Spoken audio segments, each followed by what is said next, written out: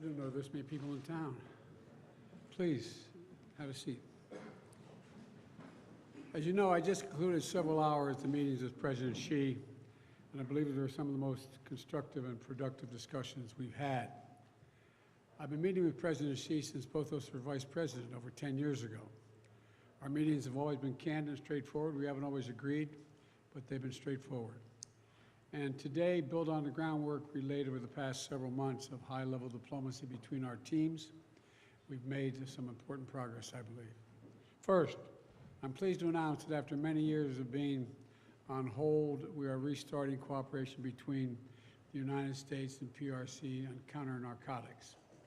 In 2019, you may remember, China took action to greatly reduce the amount of fentanyl shipped directly from China to the United States. But in the years since that time, the challenge has evolved from finished fentanyl to fentanyl chemical ingredients and pill presses, which are being shipped without control. And by the way, some of these pills are being inserted in other drugs like cocaine. A lot of people are dying. More people in the United States between the ages of 18 and 49 die from fentanyl than from guns, car accidents, or any other cause, period. So today, with this new understanding, we're taking action to significantly reduce the flow of precursor chemicals and pill presses from China to the Western Hemisphere. It's going to save lives, and I appreciate President Xi's commitment on this issue. President Xi and I tasked our teams to maintain a policy and law enforcement coordination going forward to make sure it works. I also want to thank the bipartisan congressional delegation to China, led by Leader Schumer, in October, for supporting this effort so strongly. Secondly, and this is critically important, we're reassuming military-to-military contacts, direct contacts. As a lot of you press know who follow this, that's been cut off, and it's been very worrisome. That's how accidents happen, misunderstandings. So we're back to direct, open, clear, direct communications on a direct basis.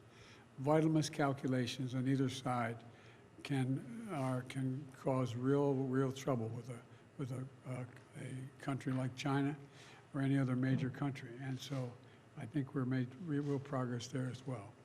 And thirdly, we're going to get our experts together to discuss risk and safety issues associated with artificial intelligence. As many of you who travel with me around the world, almost everywhere I go, every major leader wants to talk about the impact of artificial intelligence. These are tangible steps in the right direction to determine what's useful and what's not useful, what's dangerous and what's acceptable. Moreover, there are evidence of cases that I've made all along. The United States will continue to compete vigorously with the PRC, but will manage that competition responsibly so it doesn't veer into conflict or accidental conflict. And where it's possible, where our interests coincide, we're going to work together like we did on fentanyl. That's what the world expects of us. The rest of the world expects, not just in people in China and the United States, but the rest of the world expects that of us. And that's what the United States is going to be doing. Today, President Xi and I also exchanged views on a range of regional and global issues, including Russia's refusal and brutal war to stop the war and brutal war of aggression against Ukraine and conflict in Gaza.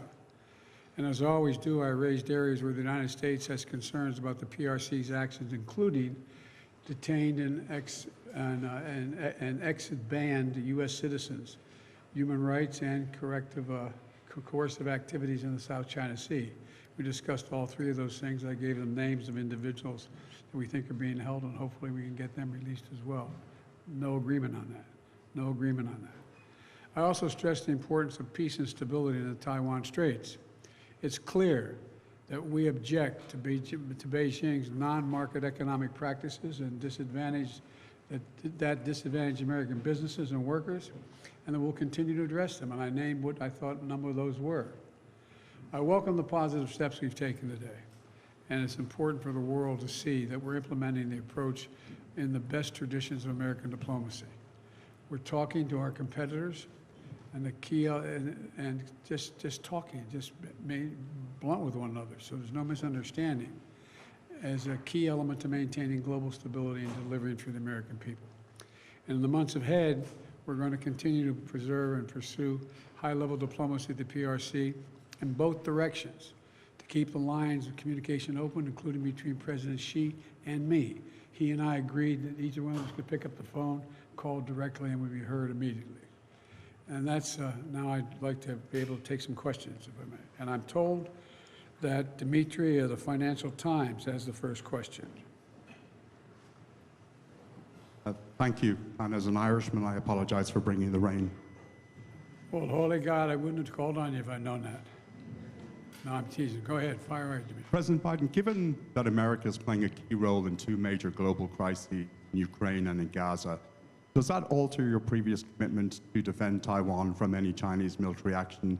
And did Xi Jinping outline the conditions under which China would attack Taiwan?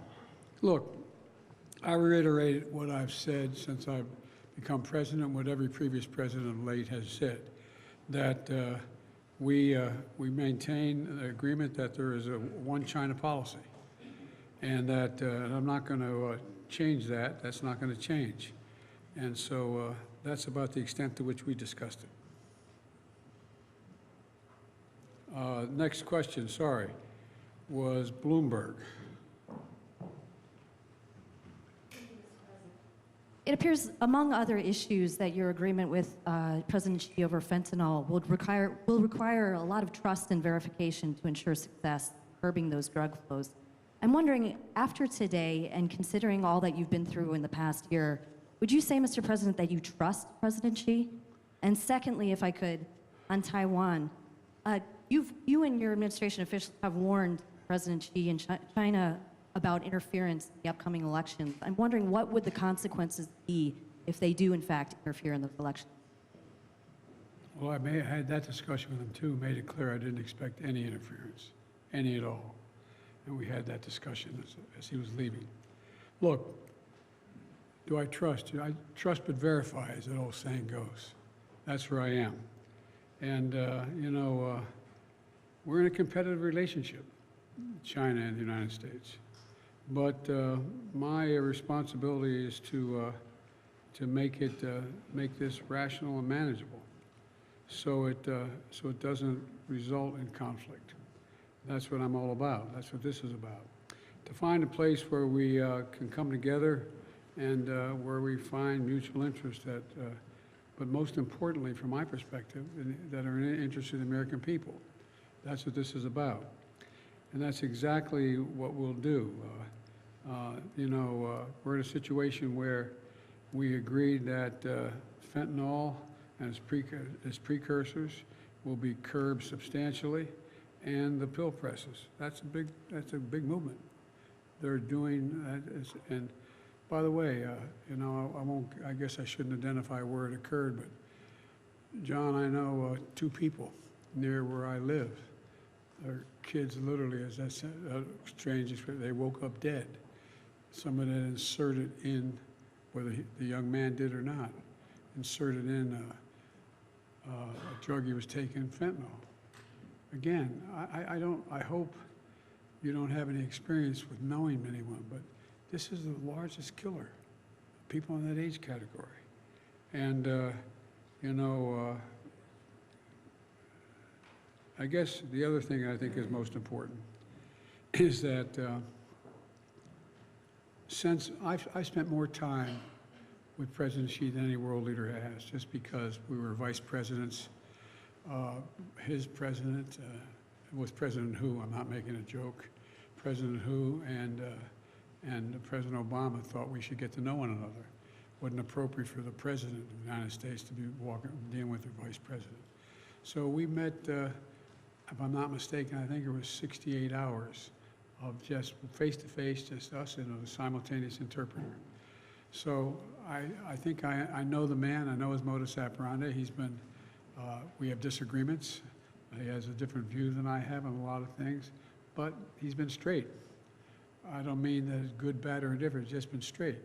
And you know, we, as I said, the thing that I find most assuring is he raised, and I fully agree, that either one of us have any concern, Mr. Ambassador, any concern about anything between our nations or happening in our region, we should pick up the phone and call one another, and we'll take the call. That's an important progress. I'm embarrassed. I think it's CBS, but I can't remember who is CBS. I'm sorry. Mr. President, Judge Jay. Sorry. I apologize. You continue to stress the need to ensure competition with China does not veer into conflict or competition. In the past 2 years, there have been 180 incidents of Chinese aggression against U.S. aircraft in the Indo-Pacific, and of course, ramped up military activity in the South China Sea. If that does not count as veering into competition, then what does? And did you issue warnings against that? Well, first of all, none of it did end up in a conflict, number one. Number two, you may recall I did a few little things like get the Quad together, allow Australia to have access to new submarines, moving in the direction of working with the Philippines. So our actions speak louder than our words. He fully understands. And because of the news today, sir, I do have a question about the idea of trade on the Al-Shifa hospital, as it tries to contain and take out the Hamas that is there. This week, you also said that we must protect hospitals. So when you weigh the target against the number of civilians inside the hospital, is the operation underway justified? Well, look, we did discuss this, by the way, but we can't let it get out of control. Here's the situation. You have a circumstance where the first war crime is being committed by Hamas by having their headquarters, their military, hidden under a hospital. And that's a fact. That's what's happened. Israel did not go in with large number of troops, did not raid, did not rush everything down. They've gone in, and they've gone in with their soldiers carrying weapons, their guns. They were told, let me be precise. We've discussed the need for them to be incredibly careful. You have a circumstance where you know there is a fair number of Hamas terrorists. Hamas has already said publicly that they plan on attacking Israel again, like they did before, do everything cutting babies' heads off to burning women and children alive. And so the idea that they're going to just stop and not do anything is not realistic. This is not the carpet bombing. This is a different thing. They're going through these tunnels. They're going in the hospital. And if you notice, I was mildly preoccupied today. I apologize. I didn't see everything. But what I did see, whether I haven't had it confirmed yet, I am asked my team to answer the question. But what happened is they're also bringing in incubators. We're bringing in other means to help the people in the hospital. And they've given the doctors and, I'm told, the doctors and nurses and personnel an opportunity to get out of harm's way. So this is a different story than I believe what was occurring before with indiscriminate bombing. What do you got? Washington Post. I think that's right. Mr. Oh, there you are. Sorry, I couldn't see in the light. Mr. President, Israel's war in Gaza more than 11,000 Palestinians just for a month and I'm created. sorry, you're breaking up. I didn't. Israel's war in Gaza has killed more than 11,000 Palestinians in just over a month and created a humanitarian disaster. Israeli officials have said this war could take months or even years. Have you communicated to Prime Minister Netanyahu any sort of deadline or time frame for how long you are willing to support Israel in this operation? Are you comfortable with the operation going on indefinitely, and is there any deal underway to free hostages? Thank you. Yes, no, working backwards, forward. Look, I have been deeply involved in moving on the hostage negotiation. I don't want to get ahead of myself here because I don't know what's happened in the last 4 hours, but we've gotten great cooperation from the Qataris. I've spoken with them as well a number of times. I think the pause, and that the Israelis have agreed to, it's down to, well, I'm getting too much detail. I know, Mr. Secretary, I'm going to stop. But I am mildly hopeful. I'm mildly hopeful. With regard to when is this going to stop, I think it's going to stop when Hamas no longer maintains the capacity to murder and abuse and just do horrific things to the Israelis, and they still think that, at least as of this morning, they still thought they could. I guess the best way for me to say it is that I take a look. The IDF, the Israeli Defense Forces, acknowledges they have an obligation to use as much caution as they can in going after their targets.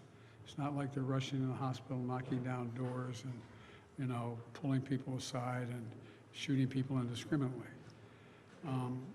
But Hamas, as I said they plan on attacking Israelis again, and this is a terrible dilemma. So what do you do? I think that Israel is also taking risks themselves about their folks being killed and one-to-one going through these hospital rooms, hospital halls.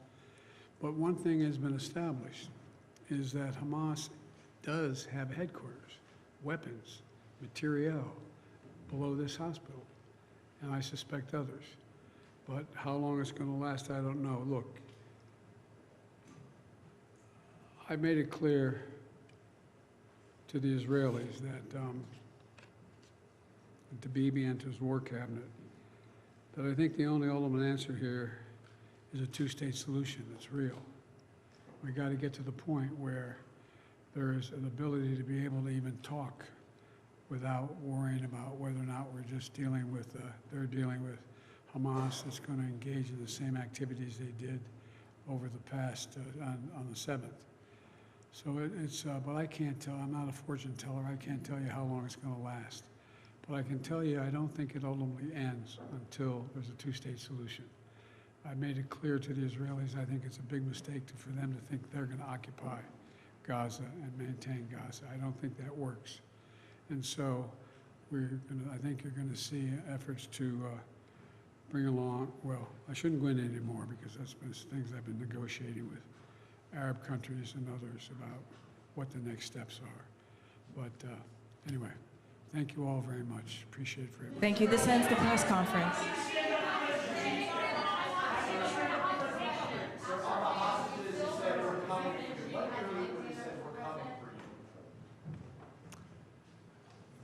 When Hamas said they plan on doing the same thing again, what they did on the 7th. They're going to go in, they want to slaughter Israelis. They want to do it again. They've said it out loud. They're not kidding about it. They're not backing off. And so I just asked a rhetorical question. I wonder what we would do if that were the case. On the hostages, though, you said we're coming for you. What do you mean to the American hostages when you said, hang Oh. tight, we're coming for you? What I meant was I'm doing everything in my power to get you out. Coming to help you, to get you out. I don't mean sending military in to get them. Is that what you thought I might mean? No. I was not talking about the military. I was talking about you're on our mind every single day, 5, 6 times a day. I'm working on how I can be helpful in getting the hostages released and have a period of time where there's a pause long enough to let that happen. And there are somewhere between 50 and 100 hostages there, we think. And sir, one's a 3-year-old American child. You're darn right it is. That's why I'm not going to stop till we get her.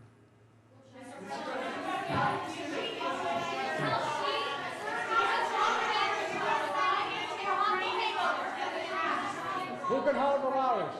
Can you detail for us what kind of evidence that you have seen that Hamas has a command center under Al-Shifa Hospital?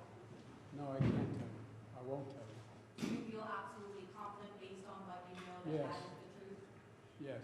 And Mr. President, after today, would you still refer to President Xi as a dictator? This is a term that you used earlier this year. Well, look, he is. I mean, he's a dictator in the sense that he is a guy who runs a country that is a communist country that is based on a form of government totally different than ours. Anyway, we may Can I tell the Russians, Mr. President,